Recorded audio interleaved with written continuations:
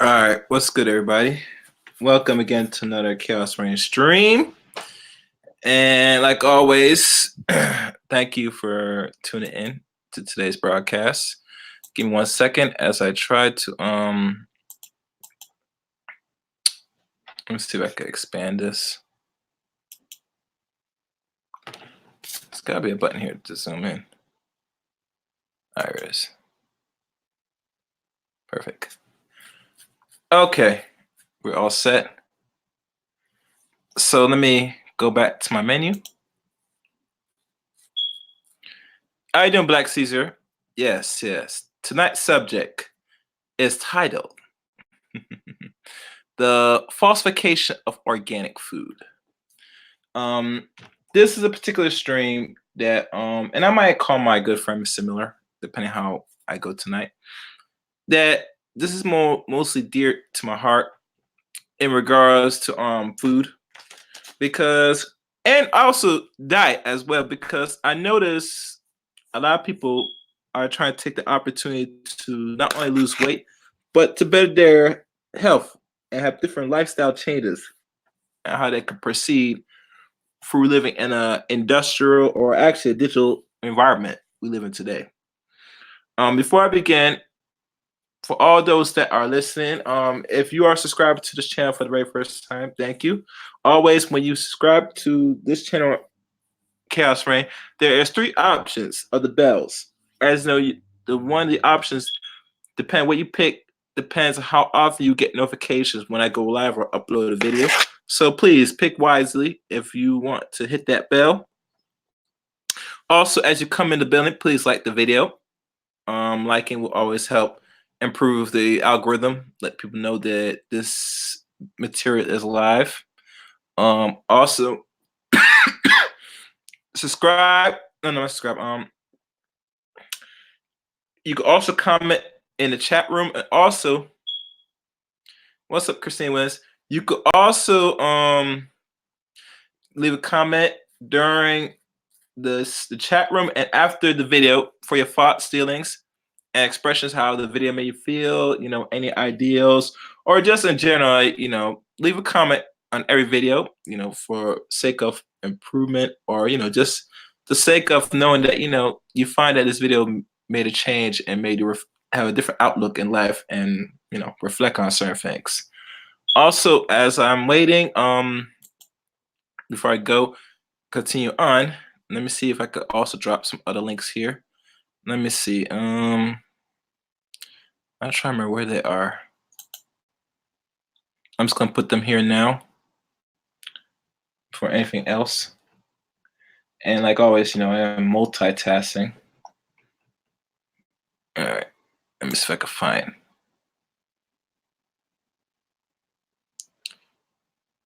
Okay, good. All right, so let's wait for this in it function on. All right, come on. All right, it's not in this one, so let me try the next one. I'm trying to find. Oh, better fit. Let me do this instead.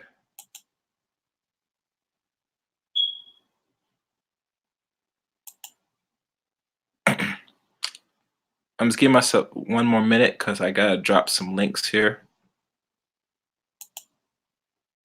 I can't drop the link of this particular PDF for now, but once the product is actually finished, I will maybe share it for those that want to buy the physical book or actually get a digital copy.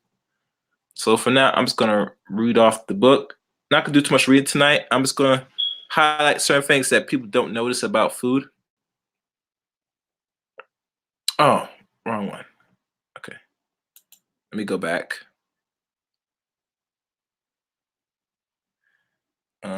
Let's see, where is it? Oh, now I know where it is. Okay. Oh, and if y'all can hear me good, the sound is good, let me know before I begin. All right, I found it now. Let's see, where is it? I'm trying to find it, people. It's this one. Okay, I found it. I'm gonna drop these links now, and the first thing I'm gonna drop is the support link, and also where you could find me also on other social media outlets for articles or questions. I would appreciate it. You could do that on Twitter. Let me go back. All right, I'm gonna paste it now. There you go. All right. So, yeah, that's good enough.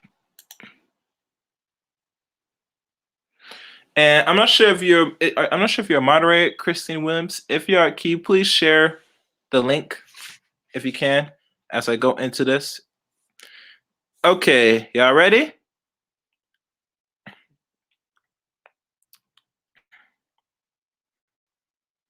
And let me see. Screen share.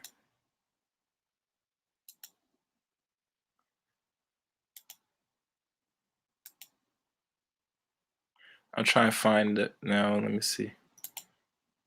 Is this the one? Oh, you know what I should do? Let me cancel. Let me close one screen because it will not show on here. All right, now I should be able to show it.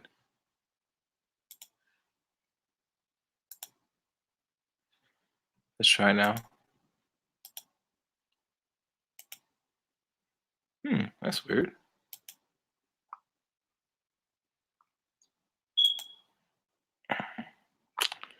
Hold on, guys. I'm trying to share my screen so that way you can see the booklet itself.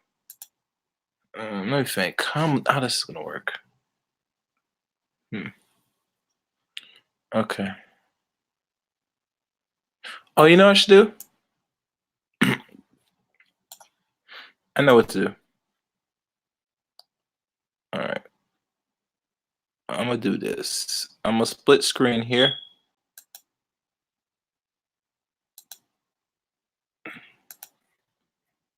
Let me see if this will work.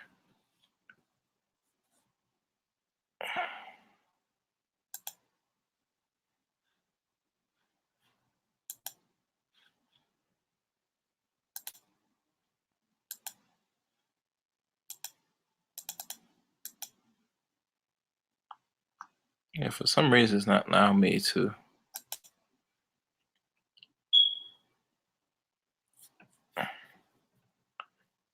All right. Well, this is what I'm gonna do. I'm gonna share the entire screen and then the pull the PDF. Okay. Let me see if I can make that a little bigger.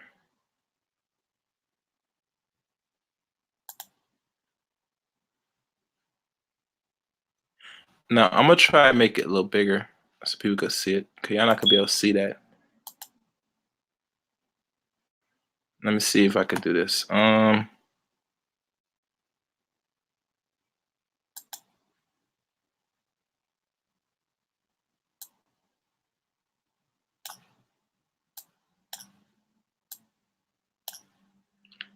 All right, it should work now. Now let me see if I stop showing. This should work now.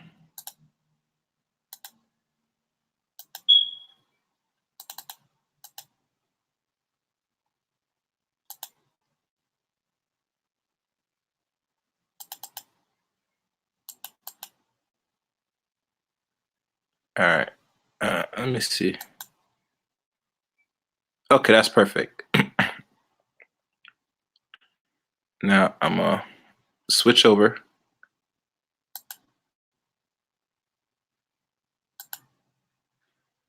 All right. This is Transitional to Optimal Health, Wild and Indigenous Organic Foods by Nature's Compounds. As y'all can see there. And the purpose of this stream is to show what food actually look like. This is somewhat of a recap.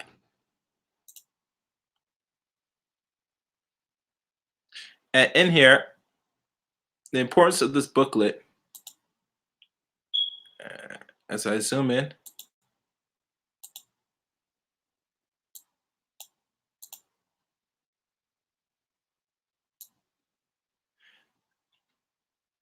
it said, so as long as you are feeding devitalized food, the cells will lack the vitality to regenerate their mutated forms. Now, there it shows the importance that most of the foods, because like the human body is a cellular function. And when you start manipulating the genetics of food, you also interrupt the genetic functions of man and woman's cellular function. Disrupt the genetic functions of man and woman's cellular function. All right. Actually, let me fix that. Cellular function. All right. Actually, let me fix that. Cellular function. All right. And can y'all see the book?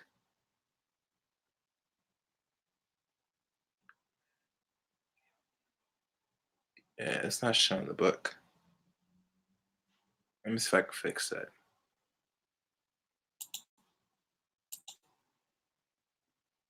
Yeah, this is a problem. I did not see the book on my end. All right, let me see if I can fix this. Oh, God. This is not good.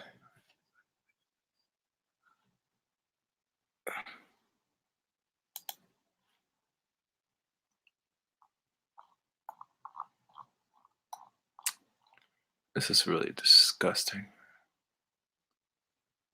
How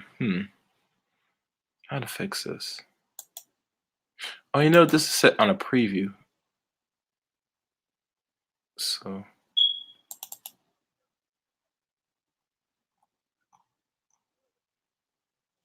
let me do this. I'm gonna do this, guys. This should work.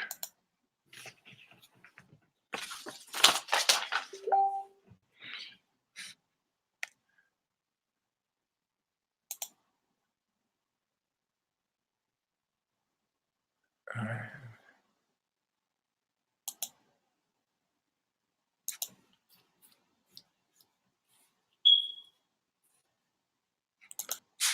Okay.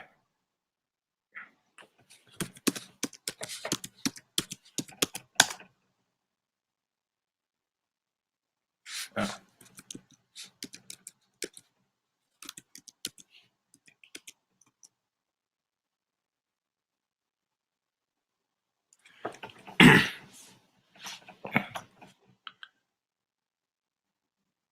Okay, this might work.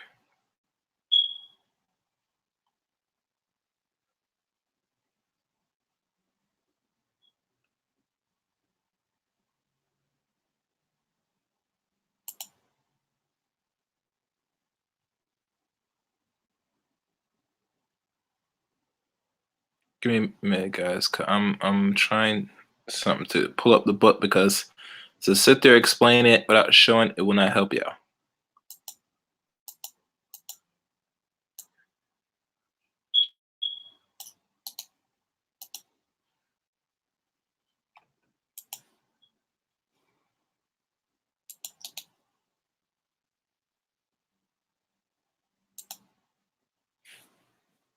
Oh, this is not good. All right. Damn. I don't know what to do.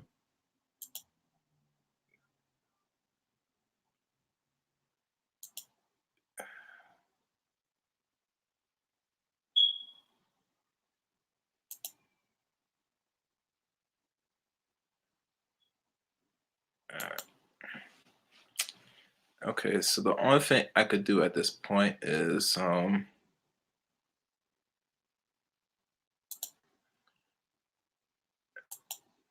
me see.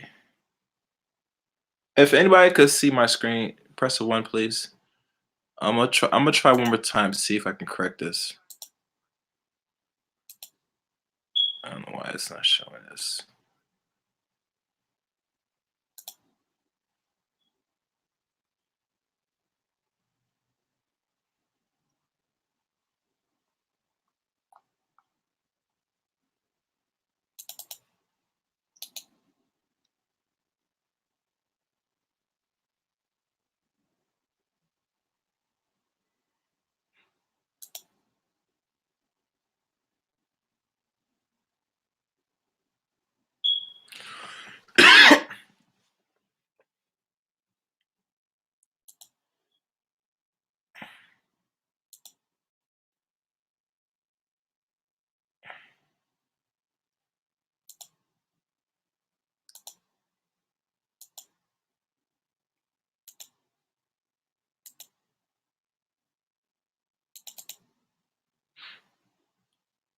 Let's see if this works. Yep, figured it out. All right, guys, we in business.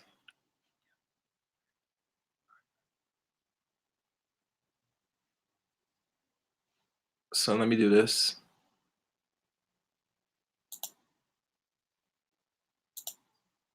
I'm gonna expand the words a little bit so y'all can see it.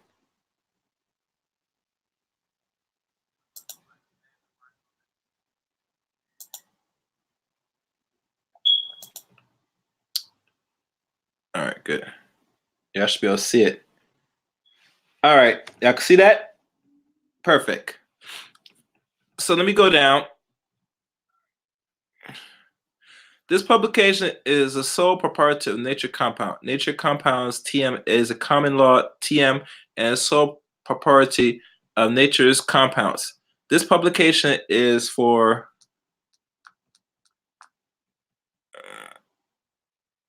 self-education, preventative maintenance, and information proposed only as it not to be constitute as treatment or remedies, advice, or medical advice.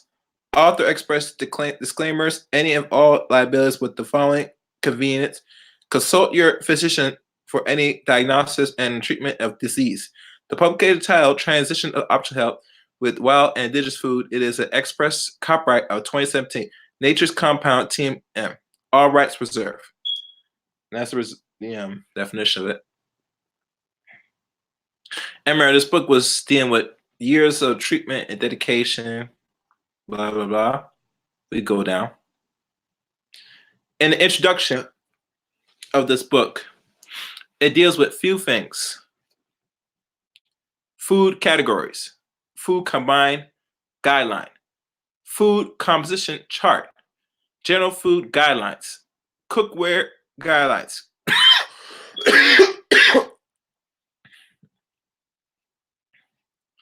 cooking guidelines, sugar substitutes, meat substitutes, red meat, alternate balanced foods, combined guidelines, and guidelines for smoothies preparation and making the transition. How much water should we drink? See right here, this is the most important one. I know most people say you want to drink half your body weight or more, but this is going to probably explain better. Irradiated foods, fruits and vegetable labels, shopping guidelines, and food additives.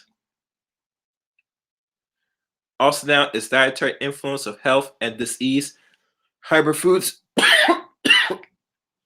mutation DNA, illustration of family taxonomy of foods, wild indigenous food listings, wild food stem cell connection, live raw food regimens, organic cell salt that comprise human anatomy,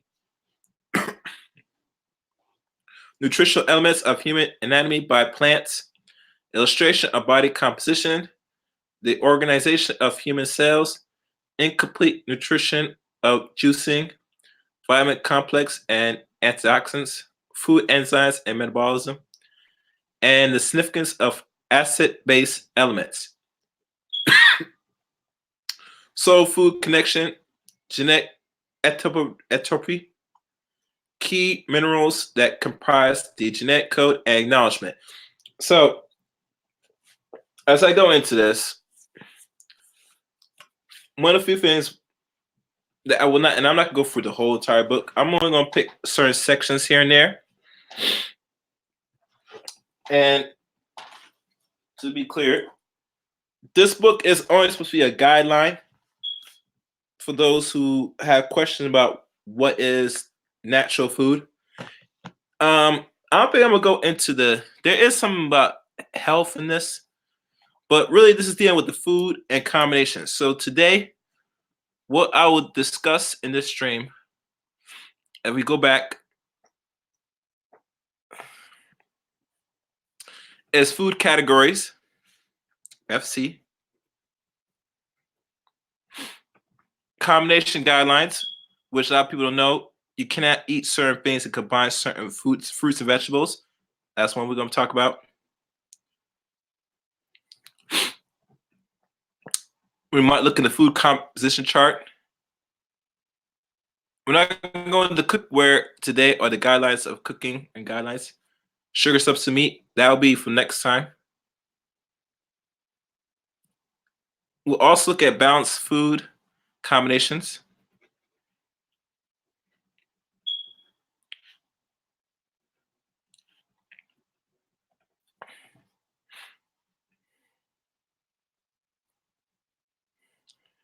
And balance guidelines.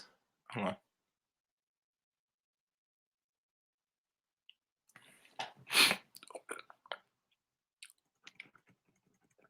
Dietary influence, health, and disease. No, we're going to, and the last thing I will look into is the hybrid food mutation DNA. That will be the last one I will talk about.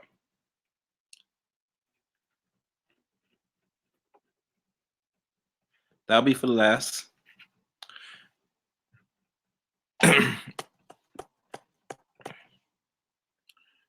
And I will probably show some pictures of food.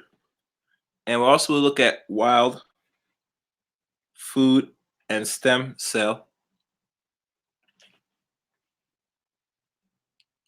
connection 102.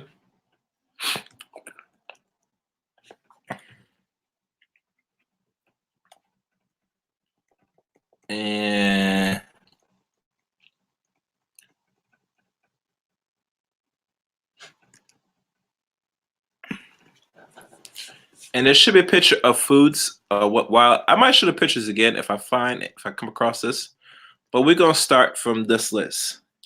So the first thing is food combinations. Let's go down.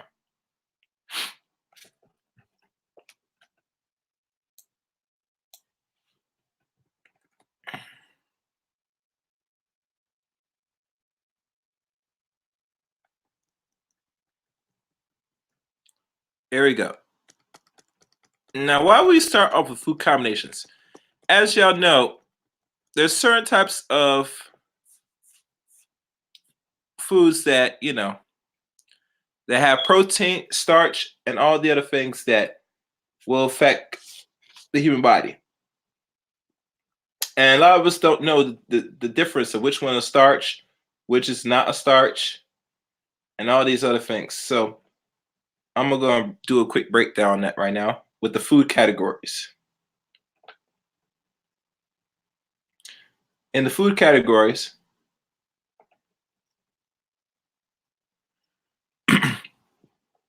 low starch vegetables, low protein. What are they? Squash, you bake. acorn, daletsi, butternut, lakota, squat, bamboo shoot, water chestnut, and pumpkins.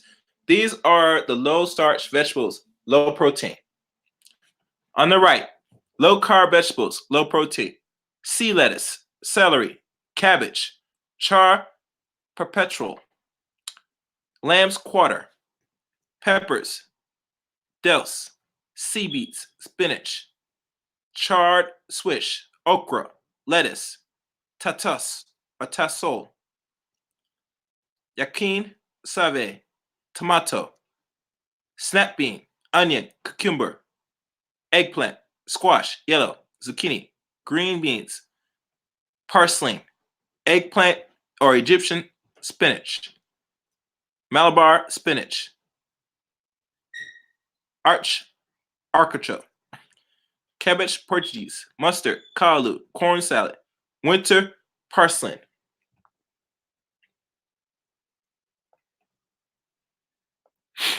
And on the left hand side, the low carb vegetables, low protein, bok choy, ground cherry, pavilion, gooseberry,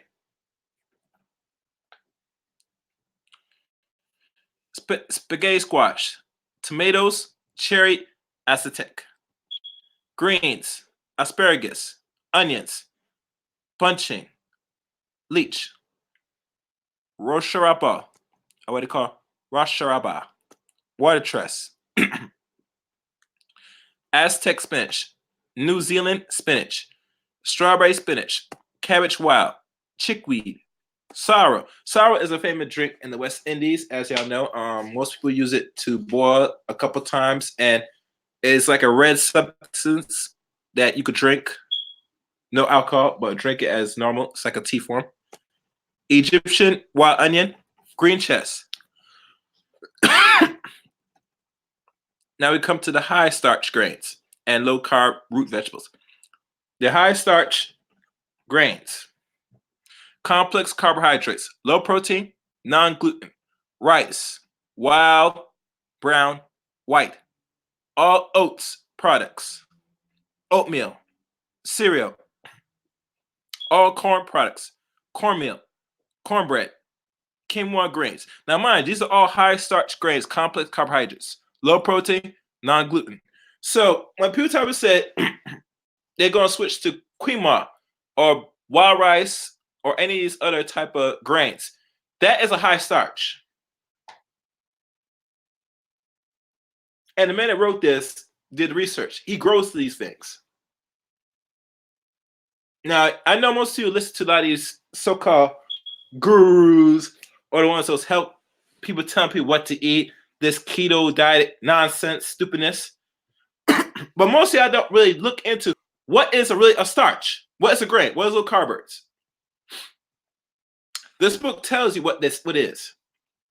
So if y'all on the right path trying to lose weight or trying to cut off certain foods, you gotta know what is out here now. That's been over almost 98 or 95% genetically modified. What the hell with Monsanto? Let's continue. Grits, millet, limpen pasta, spaghetti, rye, teff, blue cornmeal.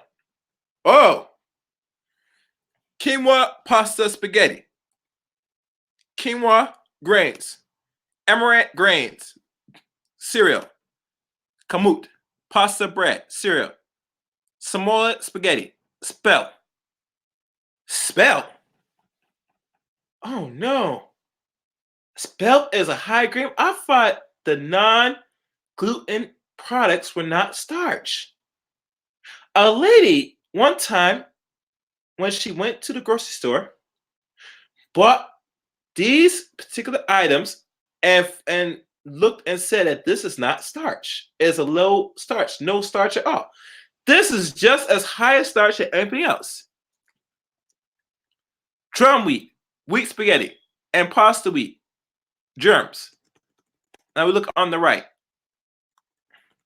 Low carbs, root vegetables, low protein, beets, turnips, carrots, rutabaga, high starch, root vegetables, high carbohydrates, sweet potato, yams, cassava. Sweet potato, yams, and cassava are high starch, high carbohydrates. Now, mind you, y'all know that with starch also is a form of sugar. I hope y'all guys aware of that, right? I hope y'all really aware of that. Okay. Now, I won't be looking back in the chat room a little bit, but if anybody has comments and have questions, please ask it now. Let's go now. High protein, low carbohydrates, nuts and seeds, soy products. Stay away from soy. If you're a man or woman, you should not be consuming soy. Stay away from it, please. I know most people that try and draw themselves away from meat and want to use alternate taste like meat, like a soy product. But the soy is just as worse and just as deadly as any meat. And I tell most people, if you're gonna go switch to soy, it's better if you go back to meat. Because the soy embeds and affects your receptors, especially when it deals with testosterone and your hormones. Keep that in mind. And Miss Williams, if you could share the link, if you can, and also in the chat room, if I post the the support link, if you could keep posting that if you can. All right, dry beans, peas, milks, and eggs, cheese, eggs, all flesh, beef, and it looks like it's like a pork, I believe. Chicken, turkey, hen, and seafood. These are high protein, low carbohydrates. And as I go down, now we're gonna look at the sweeteners. And what number is this? This is number 8. So I might have to check off something. 9, 10. I'm not gonna go. Well, actually, yeah, I'll talk about sweeteners. Yeah, it's very deep. It's problematic. I know. Let me do this.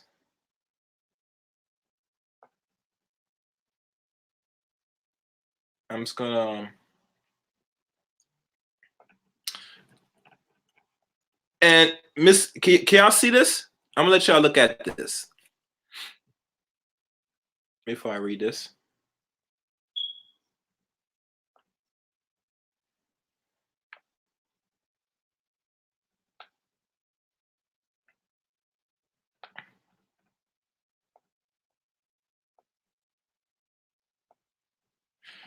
All right, the sweeteners are maple syrup, sugar, Reuben cane sugar, molasses, slightly acid. So molasses is not acid in the periodic table.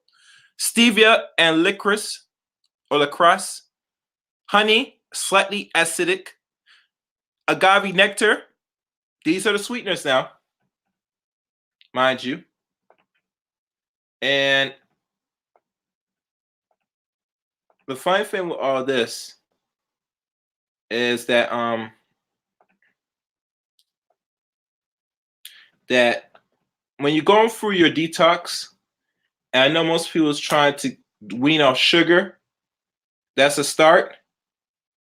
But you gotta know what type of food sugar is, what are the various sugars before you do anything. Because just by weaning alone, it's not enough. You gotta know what are the sweeteners that could affect the body. And I think most people they feel that just by doing the water and all is good enough. But you have to be aware of just the sweeteners you buy in your normal household that could affect you. And all of them are slightly high and slightly in the acid side, sugar. Because the blood cannot, process sugar because the pancreas has to be a certain way to process all that sugar.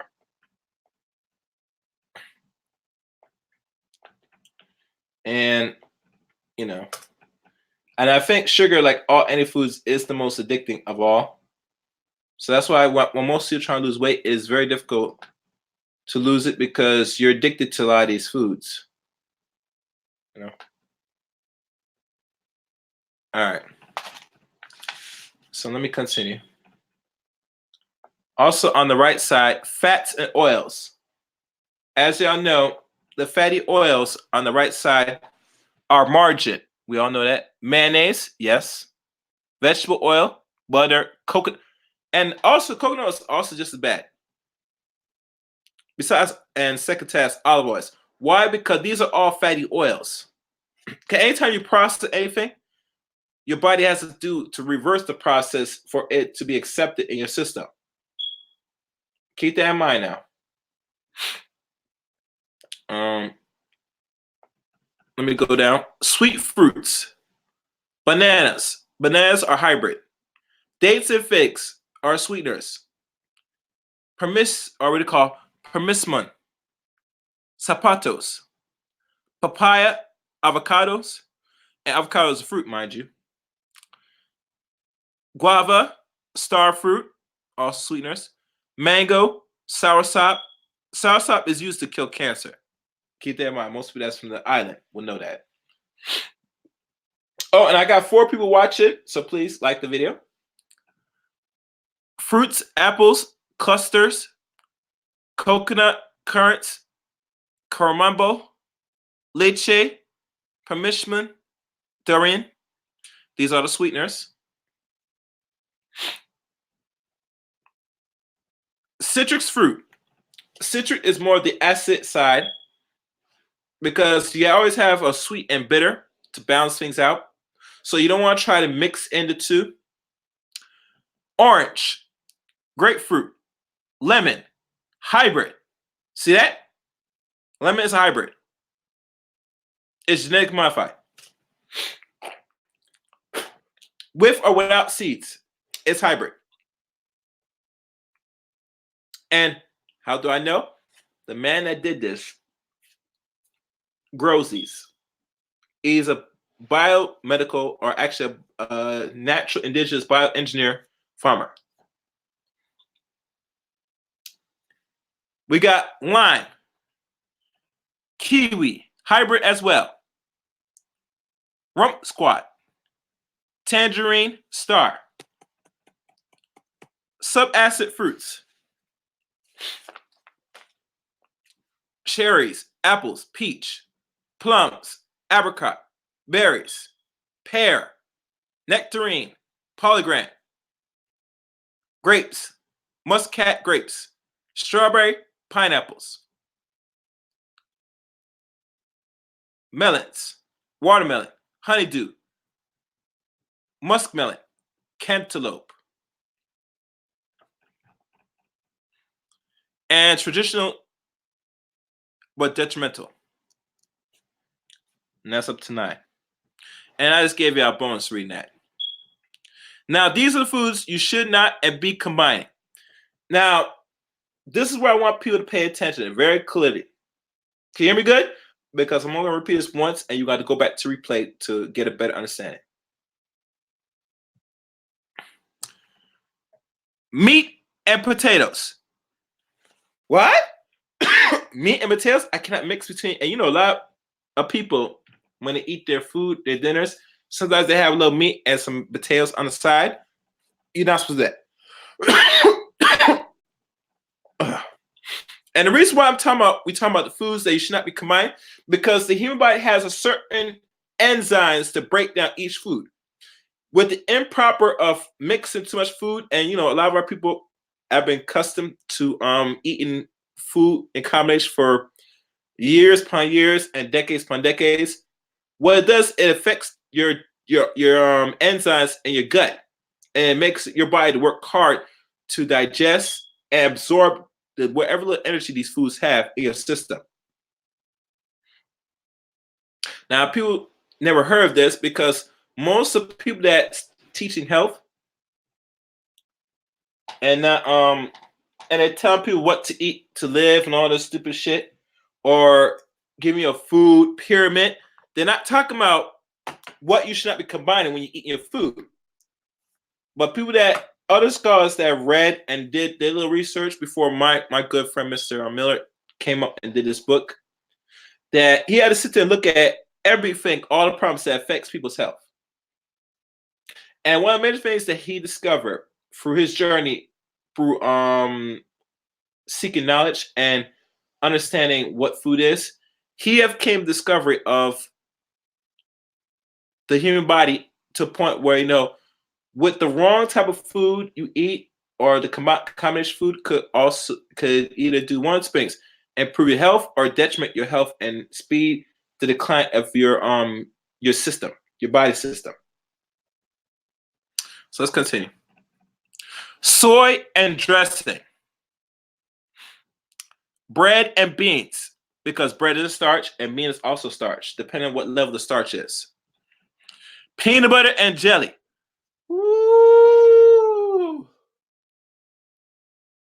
Damn, you can't combine peanut butter and jelly. Yes, yes, yes. You can't. It- you're not supposed to. You're not supposed to. Shrimp and rice. Oh, I'm about to soon stop reading this. You can't eat shrimp and rice together. Mm.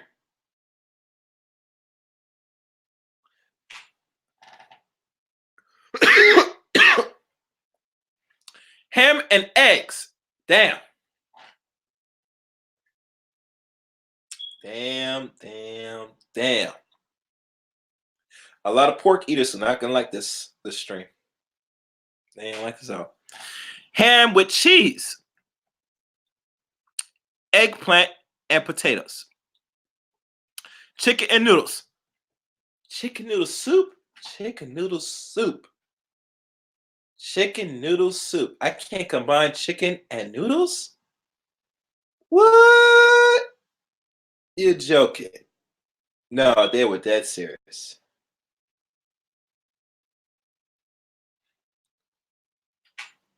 Soup and crackers. Mm. Bread and butter. Meat and spaghettis. Red bean and rice. Bread and tofu. Grilled cheese. Macaroni and cheese. Oh, no matter, we're gonna stop. I'm stop. I'm gonna stop right there. Me reading this, that complains almost 67% or more of the American diet here in what we call West, in the West we call America.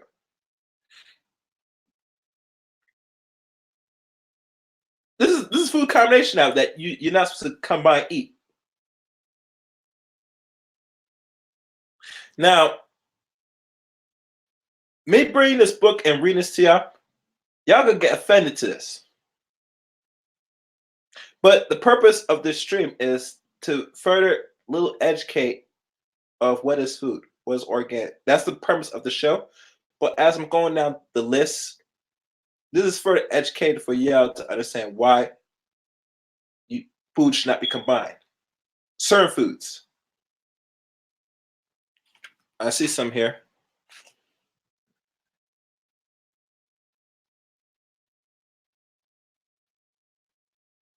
Okay. But let's continue. Eggs and bread. Hash brown and omelets. Flour and sugar, which is used to make cake. Winter squash and pasta. Spaghetti and bread. Chicken and dumplings. Oh my goodness. No. No. No. No. Just me discontinue this. I feel this video is going to get some negative reviews because, like I said before, this compiles pretty much everybody's normal diet or normal way of eating. All what I just read to y'all, this is what the American diet comprises, including meat, and bread, which you use to make a sandwich. And now we could go down to why should food be properly combined?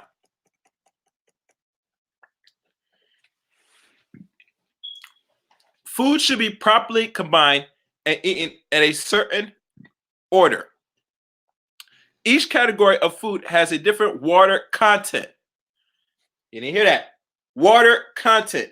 Because you look at most people, we don't drink enough of our body weight with water. But every time you have a certain amount of water in your system, it takes a certain percentage of water to dilute and break down that food you eat so it can be absorbed into the intestine and break down as energy and come out as waste, the leftovers. Do you understand? Good. Simply or complex carbohydrates content and high or low structural protein levels, this determines their efficient or ineffective digestion, also how slow or quick they digest. Food that have higher water content, low starch vegetables must always be eaten first. Let me read that again. Food that have high water content, low starch vegetables must always be eaten first. So anything when you start your day or your afternoon, you want to always eat certain type of vegetables first before anything else. And food with the lower water content, high starch vegetables and grains should be eaten last. Because remember, the body is compiled by water. And without enough foods that have water in it, your body has to work hard to digest all that crap, mind you. Since no beverage and ingestion and digestive fluids are not diluted, this would otherwise delay the digestive process even longer. Let's continue. What factors determine complete digestion? The digestive enzymes, which I said before, the enzymes, and the proper or improper combining of food are what determines the beginning and ending stage of digestion. The complete or incomplete digestion of food determines its assimilation, absorption, and elimination. Metabolism designates the enzymes are capable of effectively metabolizing singular proteins and fats within all balanced foods. Is it making sense now? Why we don't combine these foods? I want to hear y'all. And let me go down. Okay. Now I'm gonna read the proper combination of foods you eat, so that way your enzymes and all that's in your intestinal gut digest efficiently to get the best results. And this will be helpful for most of you that's trying to be on your weight journey or your lifestyle change. This is what you should probably do. And by doing this, you should be able to not only lose weight, but you should be able to maintain your weight and don't gain weight. Because to me, I find that combining foods and not having enough exercise leads to obesity, a lot of weight gain, and all the dis-ease people suffer. So, 1 second.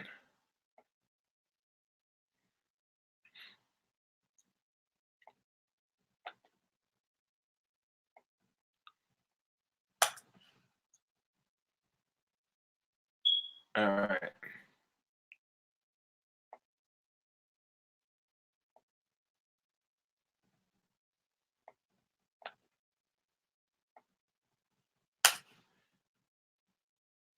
All right.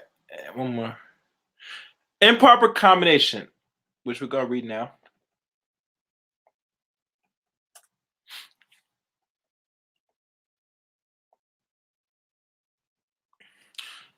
Starches and proteins, melons and other fruits. Because melon has, and remember, the next time in the next stream, I will break down the percentage of each content each food comprise. Melons and other fruits are improper combination. Fats and sweets, because we know sweets and fats are like one and the same per se.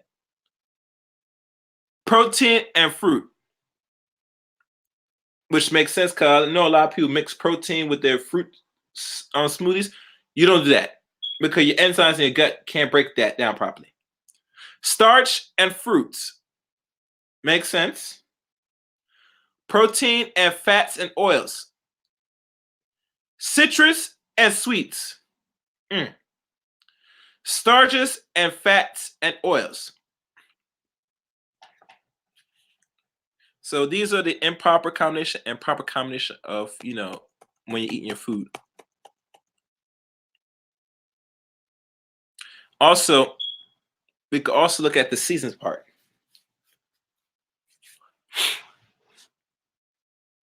Let me see where I'm at my list. Okay.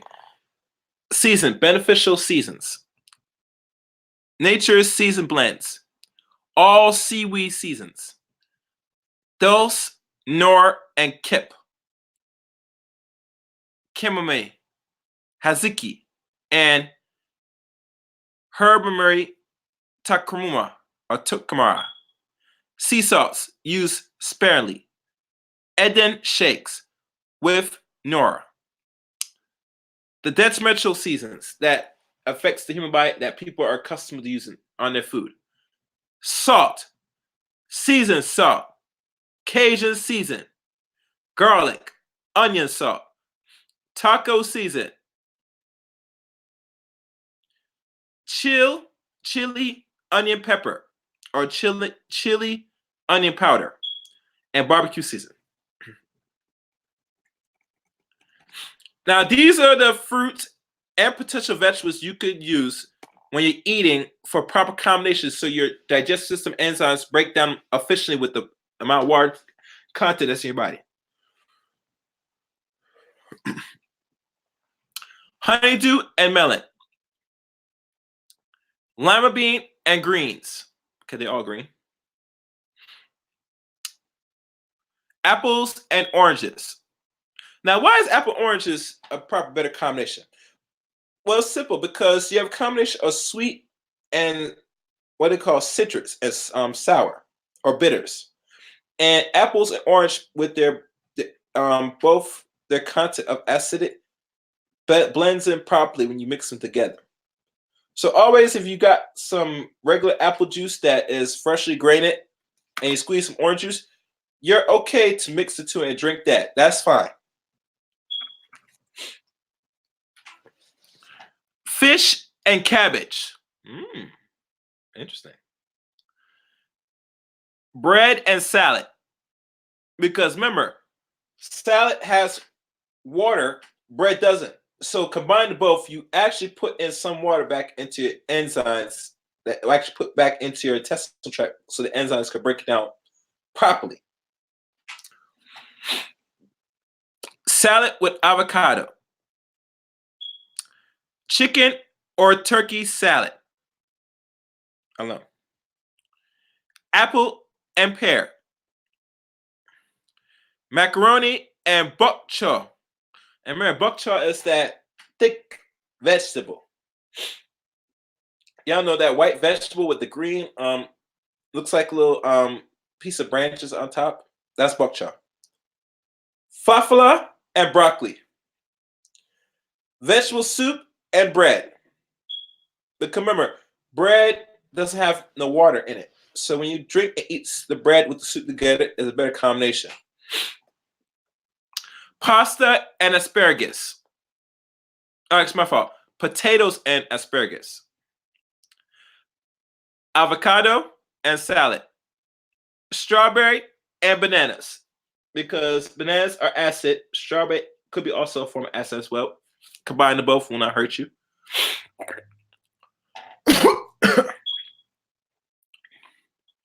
Tofu and okra. Salad with oil, dressing, tofu salad, salad with olives, pasta salad, dressing and greens, hummus salad, meatloaf and okra. And I find it very interesting with the meatloaf and okra because, as y'all know, okra is, if not cooked properly, compile enough water. And you need that for that balancing out of your intestine. Because okra is very good. It's good with for your what do they call it? Pancreas. And I think also your liver as well. It's very good. So you should combine that. Very good drink and stuff. And eat. If you eat it separately, it's better. All right. Let's go down the list. All right. And here it said that digestive organs don't produce at a given time adequate enzymes to metabolize high starch, high protein, nor complex gluten, non-gluten grains. They were not designed for human consumption, and therefore will never under any conditions completely metabolize balanced food, combine, play a most significant role in efficient metabolism. Certain foods will not completely digest if eaten together, and others will not completely digest if eaten alone. This is why balanced raw and lightly steamed foods are so beneficial. They add a value surplus of enzymes and vitality to the metabolic process. As important as enzymes are for digestion, there exists an inhibitor called trypsin, or trypsin. It presents in all nuts and seeds. Trypsin, an enzyme secreted by the pancreas, is inhibited by a substance known as phosphate, a component that prevents the detection of proteins, which prevents all seeds and nuts from prematurely sprouting when they're not in a proper environment for growth. All legumes, beans and peas, rice and potatoes are seeds and presents the same protein. Cooking demises the phosphate and also their enzymes. An example is take a handful of kidney beans and plant them in a soil or a pot. Then take another handful and place in a pot of boiling water for 1 minute and remove. Once they dry, place them in the same soil or pot. After about 4 to 6 days, you will notice that the beans placed in boiled water will not sprout nor germinate, and the beans directly planted will. This shows that once food is exposed to boiling temperature of water, it loses its life force, becoming denatured and lifeless, requires the enzymes and various digestive organs and specialized immune cells, macrophages, and phagocytes to work overtime to further consume the foreign residue and excrete the byproducts. And the digestive enzymes can only function in specific pH environments. The enzyme pepsin, which digests high and low structural proteins in the stomach, can only function in an acidic base gastric fluid within the stomach, whereas amyloids and enzymes that digest low and high carbohydrates can only function in the alkaline environment. Within the duodenum and the small intestine, so this clearly shows that a high protein and a high carbohydrate cannot under any conditions be digested at the same time. Otherwise, fermentation, bloating, or purifying gas occurs. The fats in avocado and oils combine well with low carb vegetables. They both go through a digestive process in different areas at different times. They don't combine well with high protein, so therefore they should be eaten at different times. Flesh of any kind requires an acidic environment, a hydrochloric acid, gastric juice, and enzyme pepsin within the stomach for all or for digestion, and will not under any circumstance officially digest individually, nor when combined with potatoes, rice, macaroni, or bread, which requires an alkaline environment of amylase and glycosine for digestion, or glycine. Starches and sugars, if combined, will result in fermentation. And that's one of the most dangerous of all. Fermentation produces gas. And we all know what gas produces. It produces what we call explosion. Get it? Wait, I'm gonna check.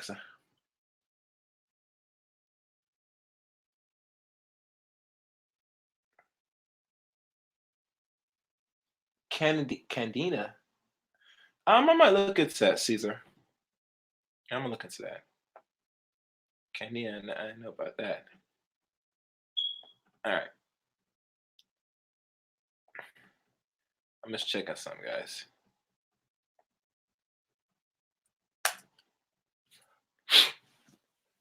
All right.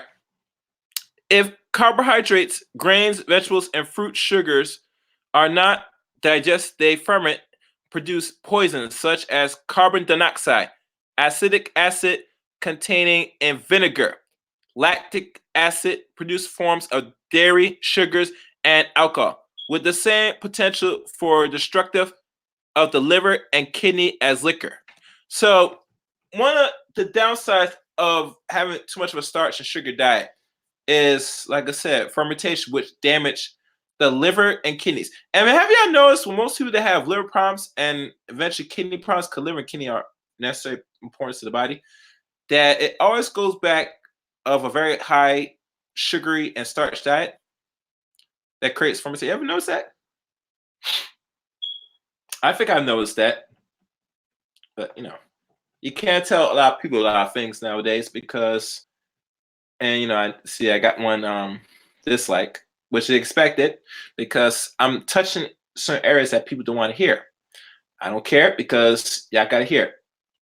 I know most people are trying to go through a diet change, a lifestyle change, and doing good.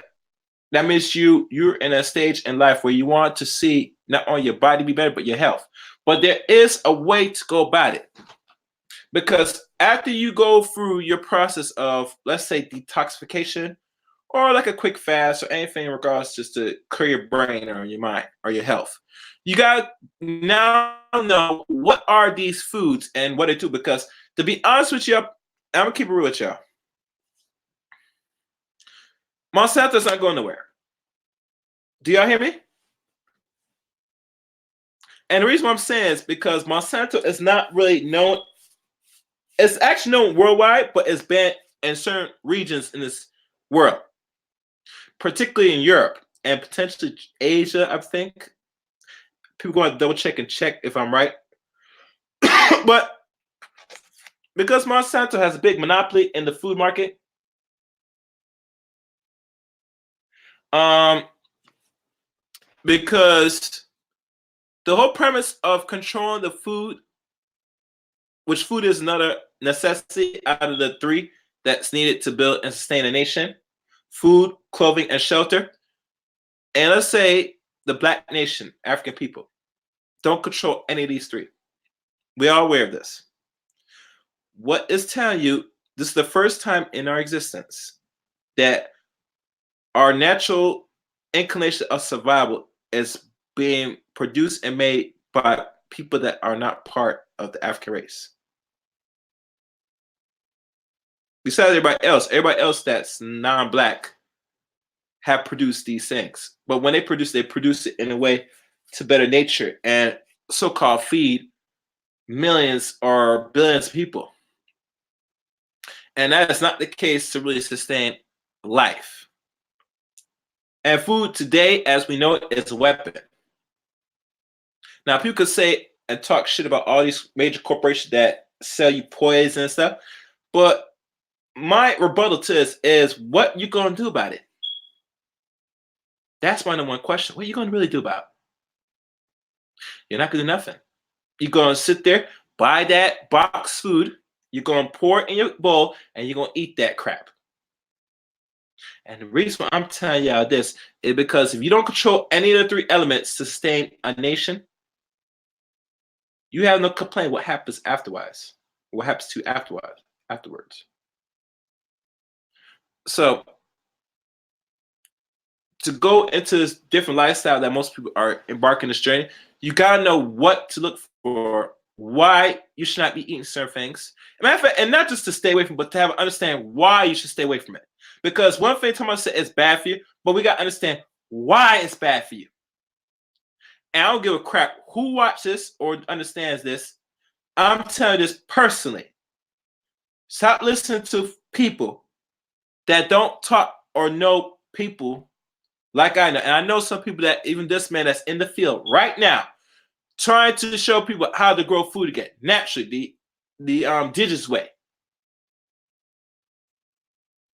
And the reason why I'm saying this to y'all is because you're not gonna notice. You might think of that non-black person as your friend teaching what food is in the 21st. They're lying to you. They're lying to you. They're lying to you. They're not telling you what it is because there is another entity that controls this person. Because why is it I came across the information of just 2-3 years ago, and you can't find nowhere in this information that's talking about this right now. And there were many black and non-black people that researched actual food and what it composed in the human body.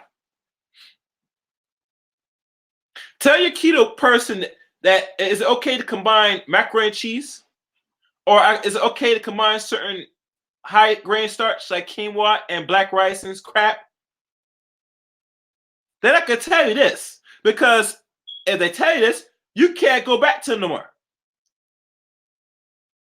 It's the honest truth. It is the honest truth. So don't mess with that crap about these people that come on ultimates for people's health. It's a smoke screen, and the reason I'm telling you it's a smoke screen because unless you control your production of your food, your clothing, and how you shelter yourself, everything else is irrelevant.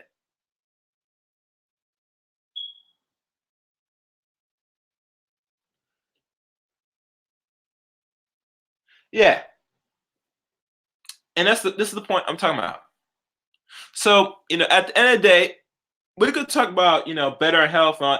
It's good and sound good, but we're gonna go back to square one and we're gonna have the same props. The reason why America is so obese today, and to be honest with y'all, is because most of America are eaten and controlled by the foods that they don't produce no more. It's that simple. It's that simple. You don't control the food in this country. Outside America, maybe they have better grips of certain foods. And you had to question that because Monsanto is a corporation. They just don't just go, they're not really facilitated here in America. Their influence is spread globally. Globally. Do you hear me?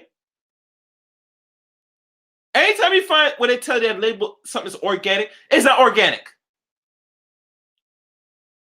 Sorry. That's the honest truth. Well, let me continue. I can rant all day with this. When high protein are not efficiently metabolized or metabolized, they purify, release gas, produce poison.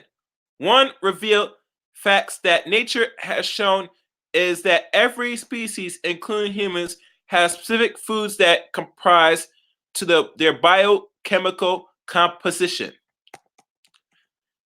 The metabolic pathway govern all chemicals reactions. If they are not balanced, degeneration, disease, sickness, and abnormalities exist. Occurs. Our bodies are living organisms and can only be properly revitalized with living vital substance, raw and lightly steamed, low carb vegetables, fruits, and wild edibles, nutritive nutritive plants. Only balanced foods, conventionally cooked foods, can never be nourished to the cells, regardless of how much they are described to be beneficial. If healthy cells are deprived of vital components, oxygen, nutritional revitalization, over a long duration, they will reproduce mitosis. Cells will genetically deficiencies. If the deficiency cells, if further deprived of its vital components, when it reproduces a weaker and more deficient cell, which results in abnormal devitalization or devitalized or malignant cell growth, it discontinues.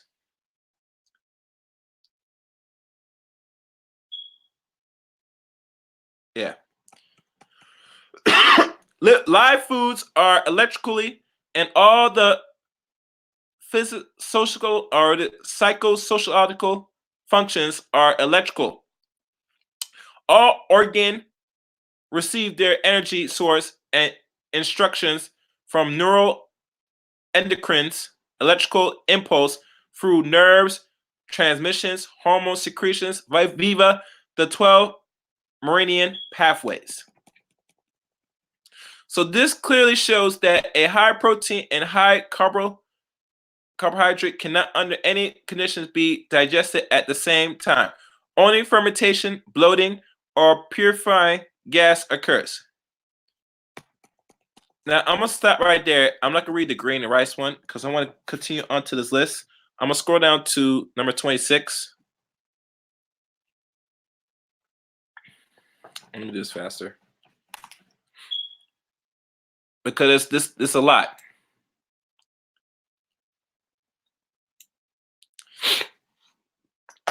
All right.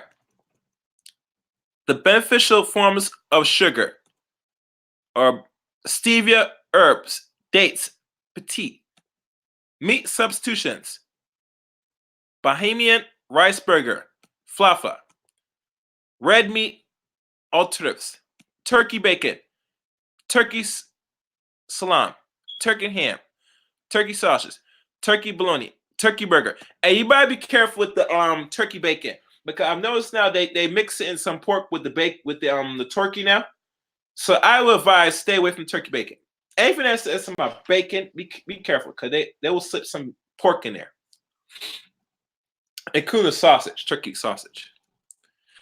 Balanced food combination guidelines. A balanced diet is the keys to optimal health, as well as rejuvenating forms of exercise and rhythmic breathing. It can only be obtained by adhering to a consistent balanced regimen. Food balancing and combined are the keys to a balanced dietary regimen. The most determining factor is the water content. Based on the cell chemistry, the carbohydrates, functional and structural proteins, fats, and nutrients balance are the others. The balanced food regimen serves as an excellent guide for transitioning to healthier eating. The first step is to arrange meals in a variety of combinations. That consists of baked and lightly steamed or simmer steam and a raw vegetable salad or dish.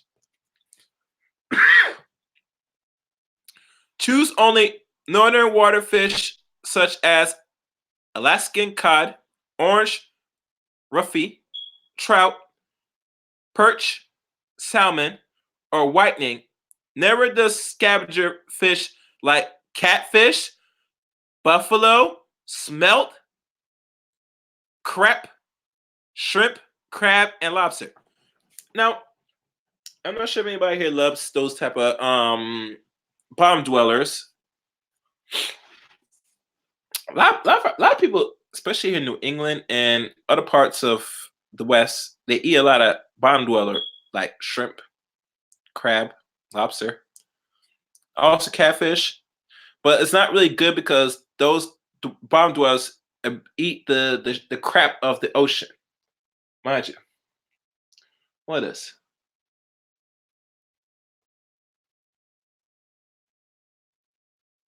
Okay, all right. You see the link? I have a Twitter, and like I said, you just hit me up on the comment section at the end of this video. All right, Mela. Okay, nature's compounds does not in any way encourage flesh consumption.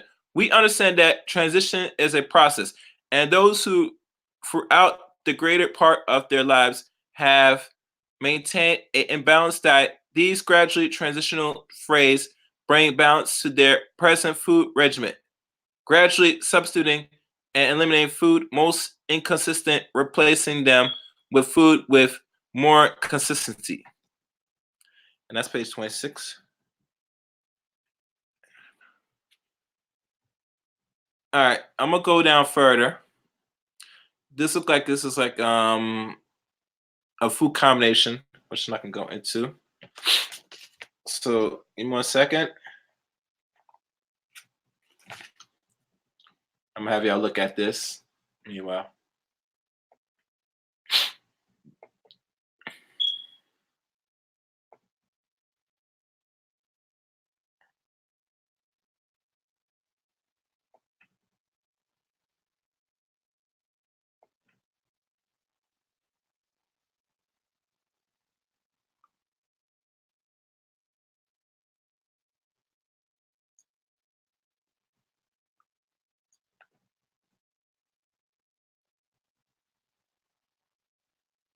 Hold on a second. I'm just looking up something.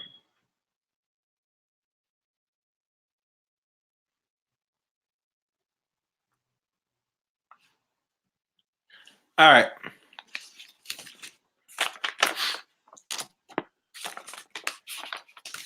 Okay, so let me scroll down to number 49.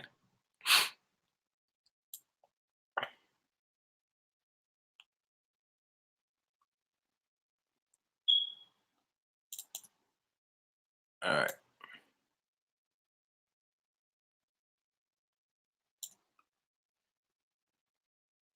I went up too high. All right, let me go up.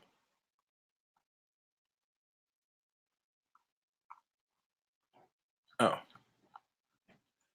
this right here is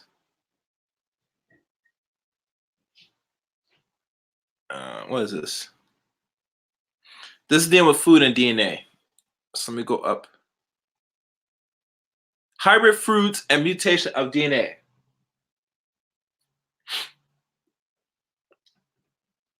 And in this, what I'm about to read to you is what is hibernation and how it affects the body.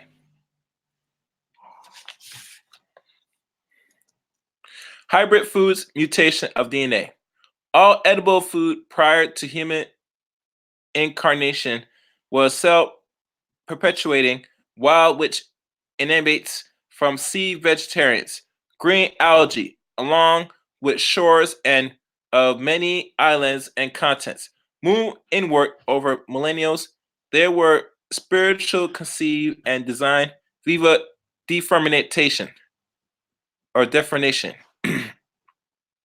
and expectation with the intent to nourish and revitalize certain animal species and the human family.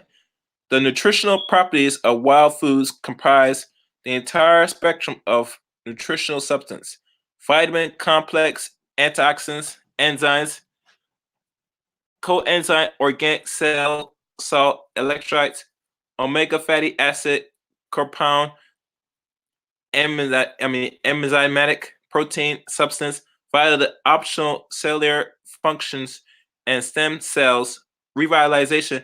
These plant substances negate, and develop all illness and genetic Braun disease. Hold on.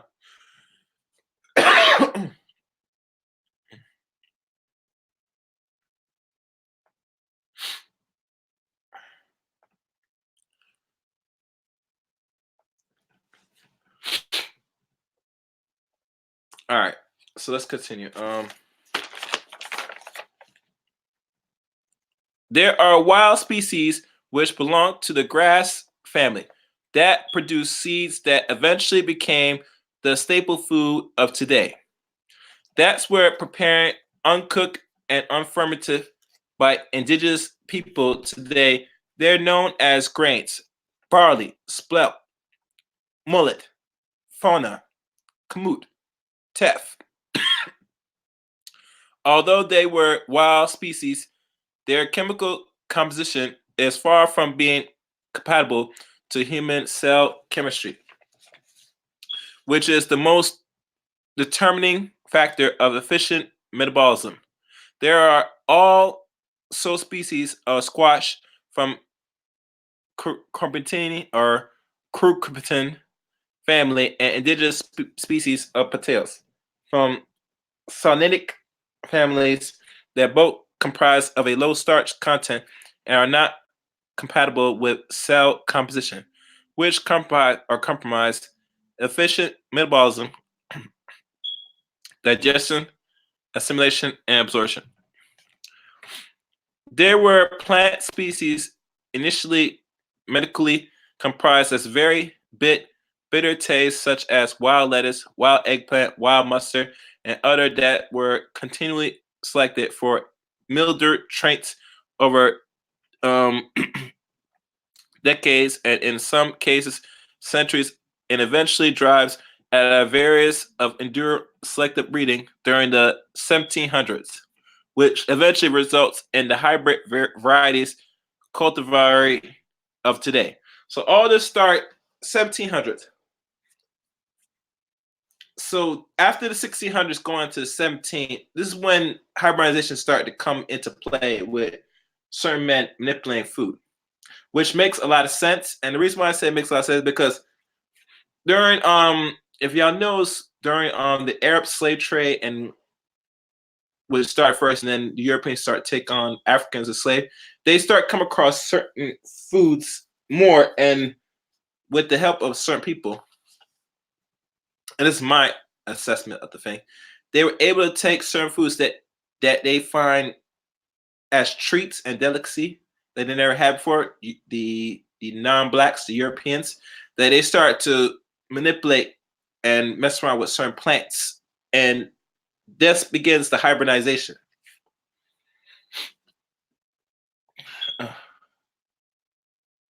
What's this? Okay, so now as we go down, the majority of the wild plant species were spiritually conceived as wild food, which required no selection. A small group of these plant families within the edible taxonomy gave rise to the cultivar of today, which reflects four variations of hybridization. F. 1. Dehybridization, introgestions, and heirlooms. Nature conceives wild elements of plants from or plant forms with the intent to create at least two or more wild strands from such genus. Some strands comprise edibles and non-edible plants, while others create only edible species which differentiate from the census of its family, comprising two sets of chromosomes. Diploids, perfectly compatible with human diploid DNA, and the majority of wild and indigenous species were never commercialized, only cultivated in small volumes in remote villages on many islands and mainlands by indigenous tribes. There are distinct plant families of which commercially foods had emerged. We must make the distinction between the terms species and variety, subspecies, species, innate, viva, differentiate from a particular genus, while varieties result from selective breeding of a species. There are varieties of organic and commercialized growing foods, broccoli, cauliflower, Brussels sprouts, and others.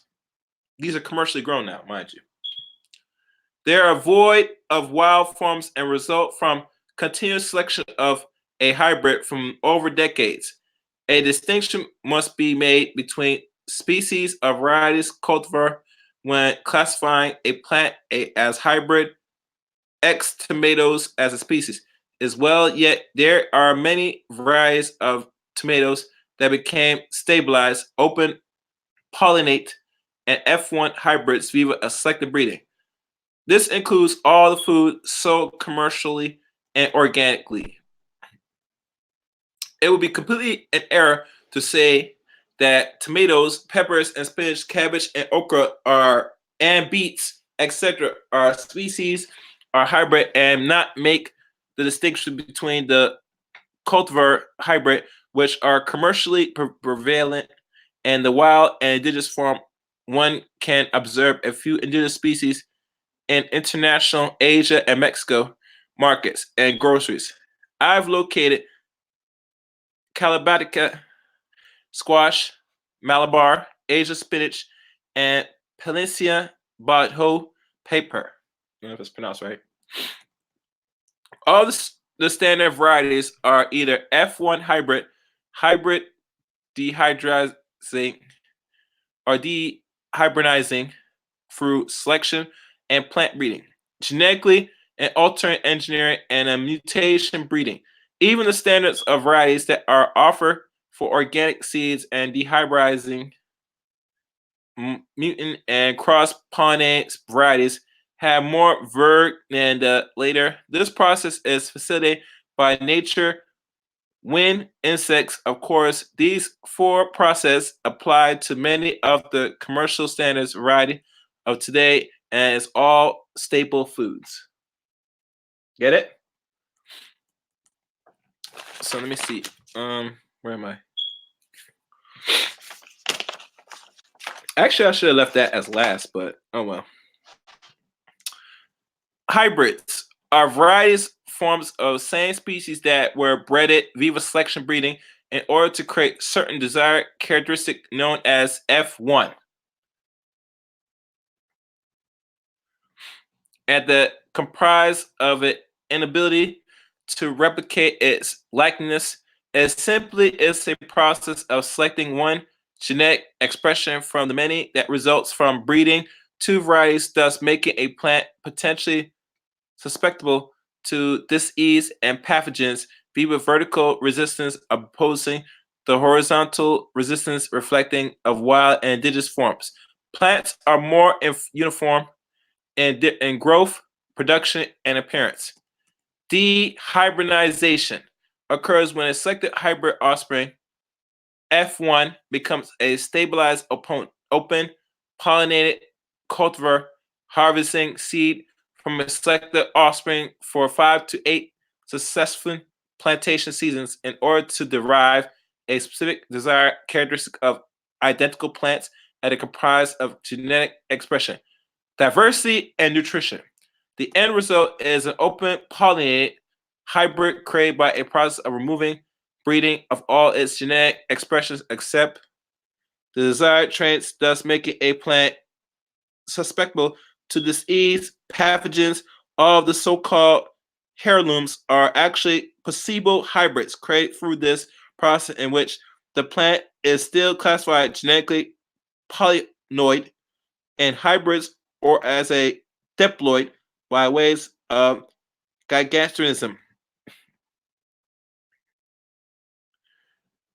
When chromosomes arrangements in food is altered from its original double helix form via hybridization, mutation, breeding, farming, genetic engineering, GMO is no longer a compatible with the double helix form of human DNA. Remember, the human strand is a double helix. Hope y'all know that. There are foods today that comprise between 4 trapezoid to over 20 sets of chromosomes. Damn. The consumption of these mutated foods over decades results in gradual mutation of DNA, while the composition or consumption over generations have resulted in many genetic-borne disease such as Parkinson. Hear that?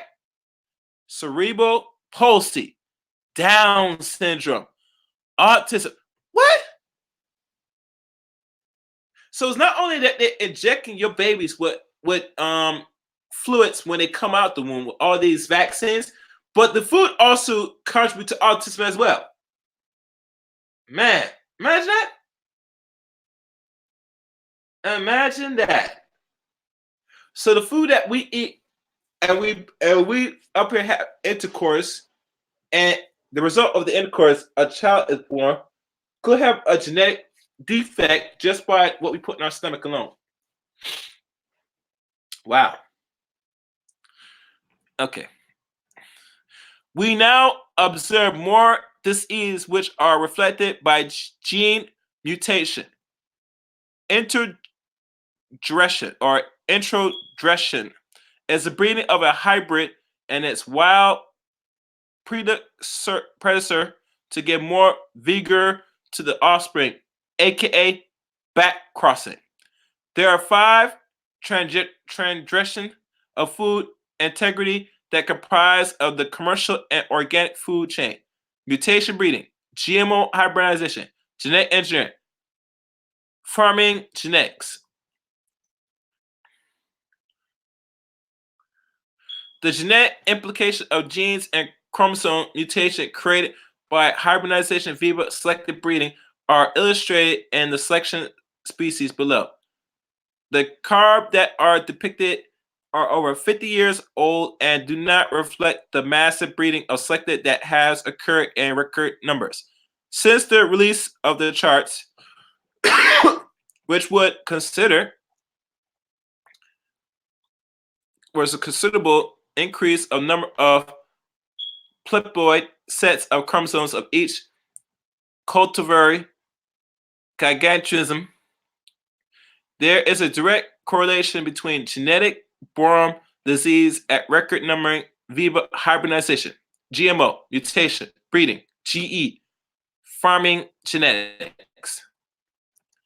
In this section of the chapter, we will illustrate the genetic difference between wild and hybrid cultivar foods and why an intervention of wild, indigenous, and pre-heirloom foods is long overdue. As you see, this is a picture of the chromosome. I'm gonna let people look at that, and they can read that for themselves.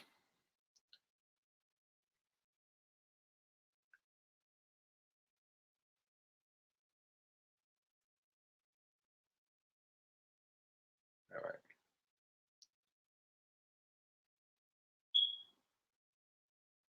And as y'all read it, I hope y'all see it.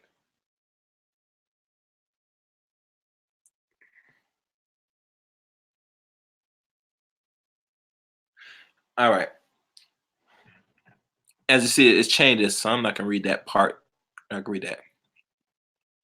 The chart depicts a wild currant tomato left and its adulterated form right. The chromosomes of the right are increased in size as a result of gigantism, another variation of mutation due to hybridization in gigantism, and diploid forms of adulterating in sizes. See it?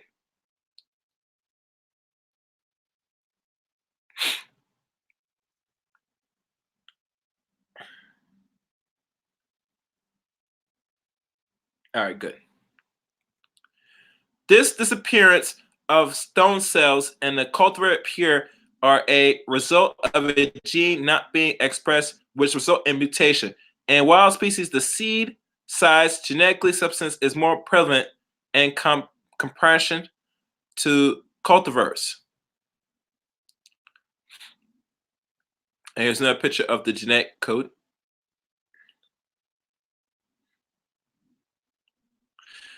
And this illustration on the left, in the wild cultivar of the leek is another example of gigantism of the non-peploid species resulting from a hybridization which observes the large chromosome size of elephant leaks, which occurs because of the increase in genes within the chromosome. It will be becoming apparent that the French summer leeks is a progenitor to be the elephant leech.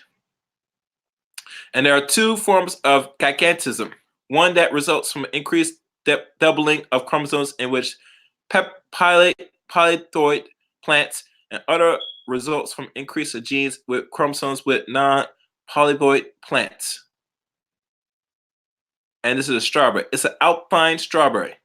It's a domestic wild species that is cultivated yet maintained in some 14 chromosomes form that exist in the wild expression. The two cultivars would be classified as haploid with 42 chromosomes, 3 times equals 42, triploid, and a 56 chromosome, 4 times or 4x equals 56, trapezoid. The initial concept behind polyploids was the increase in size and yield, which was perceived as an increase in nutritional content, yet no consideration was given to the reciprocal decrease in seed size, which decreased the genetic life substance of the plant. And here's another picture of the plant, wild type. This is cauliflower, broccoli, cabbage, Brussels sprouts, kale, wild type, and carabat. The single brassic Olerika species was yield a remarkable array of vegetables. Through the adulteration of its different plant parts, it has brought forth head, cabbage, kale, Brussels sprouts, cauliflower, broccoli, rutabaga, and diverse general has also brought forth Chinese cabbage, black mustard, rutabaga, leaf, mustard, and rape. The wild cabbage, Brassica oleracati, is generally recognized as the progenitor of all the cole crops.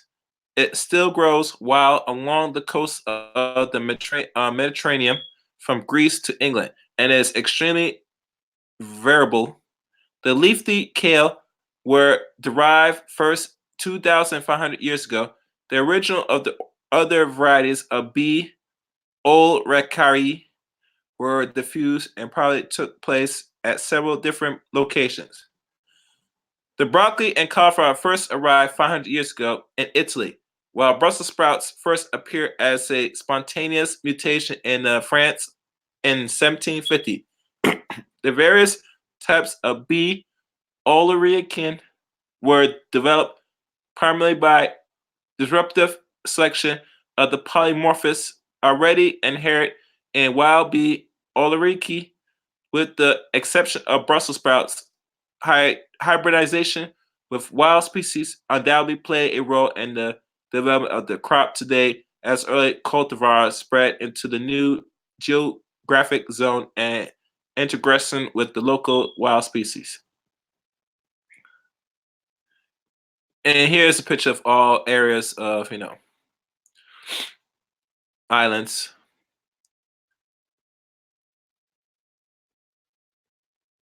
And as I go down,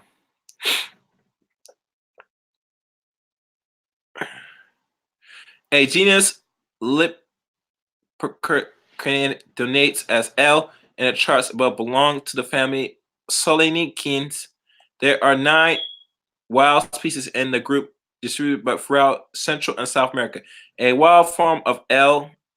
esculentatum found in Mexico, Central and South America is most likely to progenitor of the domesticated various in America. And this is a picture of a tomato. And it looks like the evolution of the tomato, which really is a mutation of tomato, because they mix a breed of it.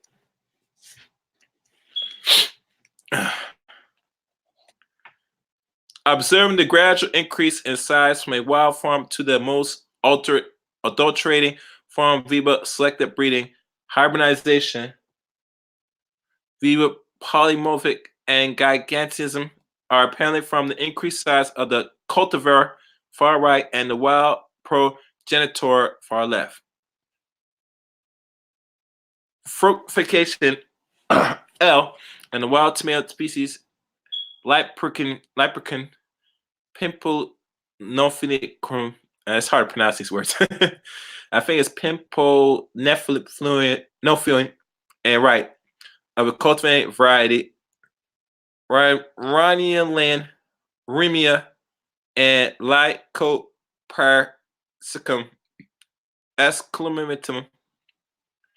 I get tongue tied. Mind y'all. Bear with me. And it's a picture of a carrot or beet. The sea beet, Beta vagras,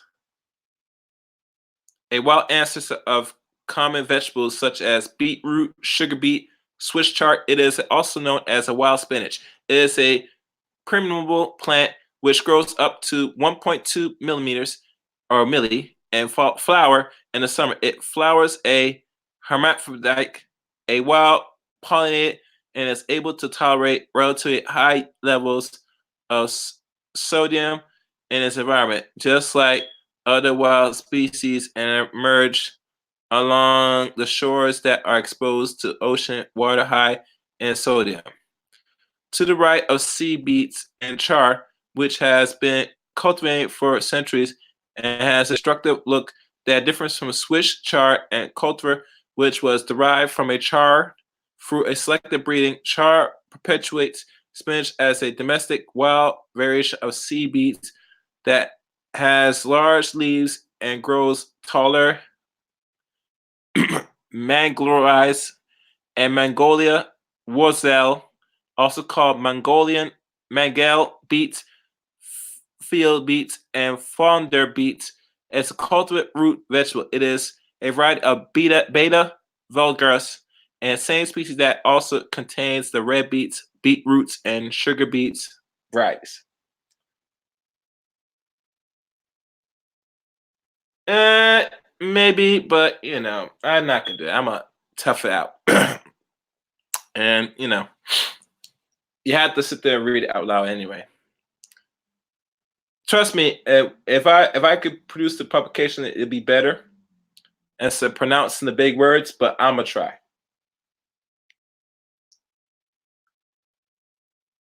Yeah, I know. And it's a picture of blueberries.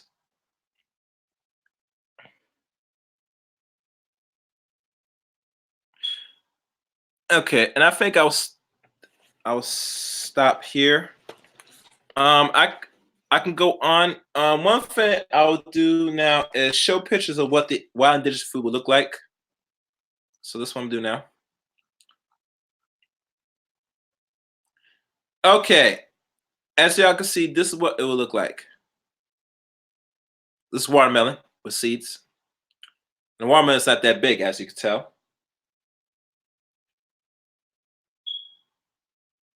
This right is an eggplant. And this look like a banana.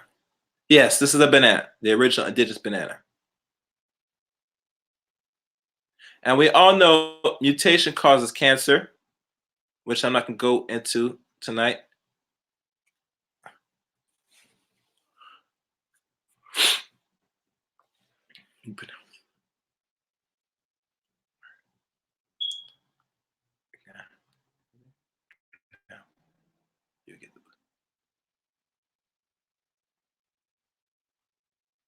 Now, these are the pictures of the foods.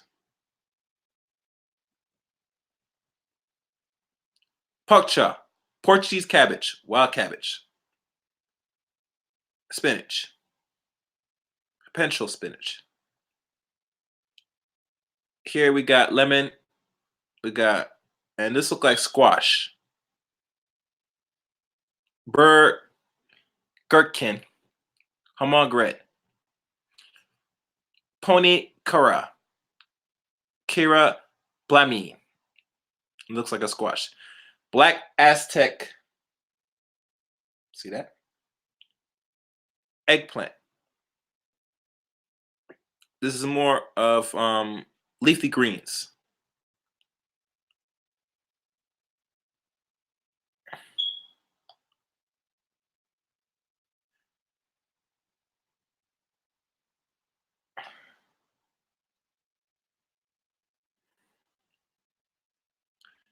Red leaf, green leaf, you know, lettuce. This is what sorrel actually looks like. Everybody think that sorrel is a red substance, like a red plant, but this is what it looks like naturally. Certain parts of the world, sorrel is different color, from what I'm hearing. All right. And this is onion and garlic, what it looks like. The indigenous garlic.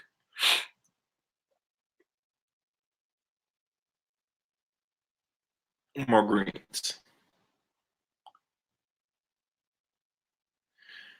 And one more picture I'm gonna show. And this is vegetables. This is actual strawberry. It's hard to see, but this is what strawberry look like. And New Zealand vegetables and Bloomsdale.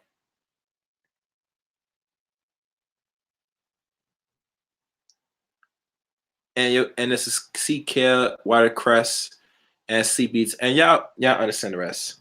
So I'm gonna end this here. And I should probably do a series on this. Maybe. Um,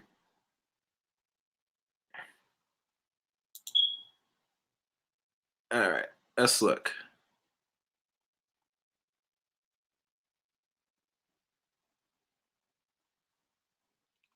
So, I hope this stream was helpful to those tonight that was watching.